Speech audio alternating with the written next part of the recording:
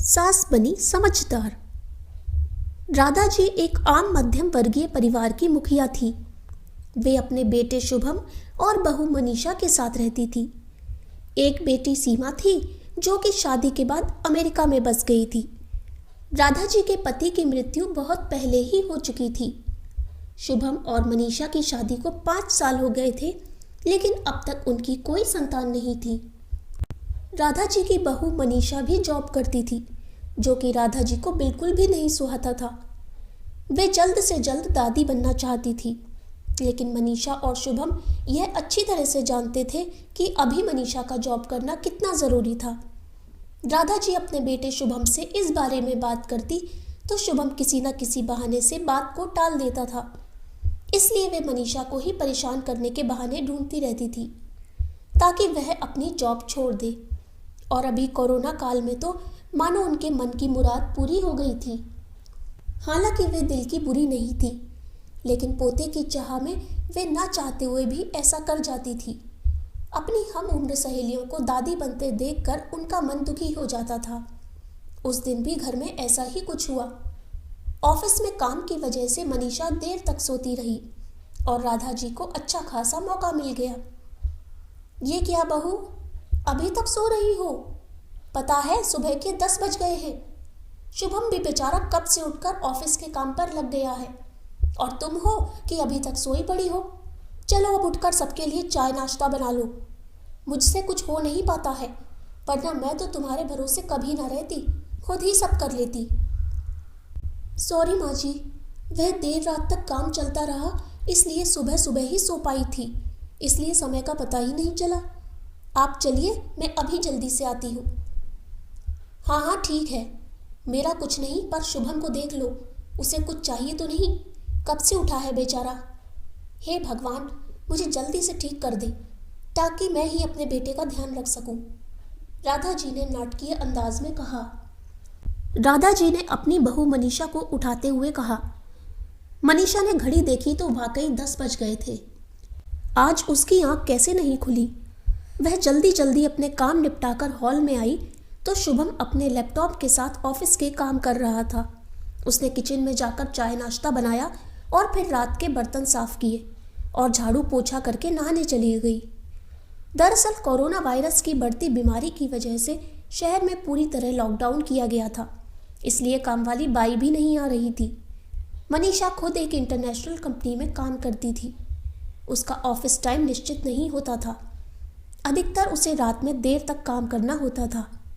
कल भी उसका काम देर तक चलता रहा, इसलिए वह देर तक सोती रही। मनीषा नहा कर आई तो देखा कि उसकी सास अपने कमरे में अपनी सहेली से फोन पर बात कर रही थी। बातचीत में अपना नाम सुनकर मनीषा सास की बातें सुनने लगी। अरे शारदा, तुम भी अपनी बहू को ज्यादा सर पर मत बैठाओ। बहू को ज्यादा उड़ने दोगी तो कल को अपनी नौकरी के चक्कर में वह तुम्हें ही घर की नौकरानी बनाकर छोड़ेगी। मैं तो भाई शुरू से ही मनीषा की नौकरी करने के खिलाफ थी। अब करे नौकरी शौक से, पर साथ साथ घर के काम भी करे। मैं तो बदन दर्द का बहाना बनाकर बैठ जाती हूँ, नहीं तो सारे काम का बोझ मेरे सिर पर आ गिरता। मैं कोई मुफ्त की नौकरानी थोड़े ही हूँ। मैं तो कहती हूँ तुम भी यही किया करो। सास की बात सुनकर मनीषा की आंखों में आंसू आ गए।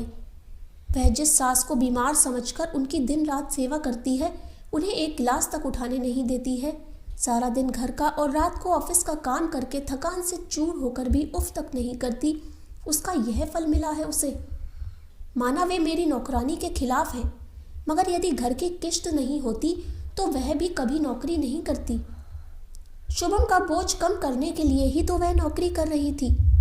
खैर, अभी मुश्किल के समय में वह सास से किसी भी बात पर बहस नहीं करना चाहती थी जिससे घर का माहौल खराब हो, इसलिए वह उनकी बात को नज़रअंदाज करके वहाँ से चली गई। लेकिन उसकी नज़रों में राधा जी की इज्जत ज़रूर कम हो गई थी। दूसरे दिन सुबह सुबह राधा जी की बेटी सीमा का अमेरिका से फ़ोन आ गया। सीमा की सास उसके पास अमेरिका आई हुई थी। आदत के अनुसार राधा जी ने जैसे ही सीमा की सास की बुराई करनी चाही, वैसे ही सीमा ने उन्हें डपट दिया। माँ, आप बिल्कुल भी माँ जी के बारे में अनाप शनाप नहीं बोलेंगी। पता है, आपके चक्कर में आकर मैंने उनके साथ कितना बुरा व्यवहार किया था, लेकिन आज मुझे उनकी कीमत पता चल गई है। तुम तो उनके यहाँ पर आने के कितने खिलाफ थी, मगर आज अगर वे यहाँ नहीं होती ना माँ, तो ना जाने हमारा क्या हाल होता। तुम्हें तो पता ही है कि मेरा नौकरी करना कितना ज़रूरी है। कोरोना ने यहाँ भी ऐसा कहर ढाया है कि घर से ही सब करना पड़ रहा है। किट्टू का बेबी केयर सेंटर भी बंद है। मैं और राजेश फुल टाइम बिजी रहते हैं। ऐसे में माँ जी ने अकेले ही किट्टू के साथ साथ पूरे घर का सारा काम संभाला हुआ है।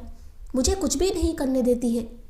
अगर वे नहीं होती ना माँ, हमारा क्या होता यह सोच कर ही रोंगटे खड़े हो जाते हैं। सच में माँ, वे कोई साधारण महिला नहीं है, बल्कि मेरे लिए तो देवी के समान है। मेरे इतना अपमान करने के बावजूद। और सीमा रोने लगी। उसने फ़ोन कट कर दिया। सीमा की बात सुनकर राधा जी की भी आंखें भर आईं। उन्हें अपनी भूल का एहसास हो गया था। मनीषा तो वाकई उनका कितना ख्याल रखती है।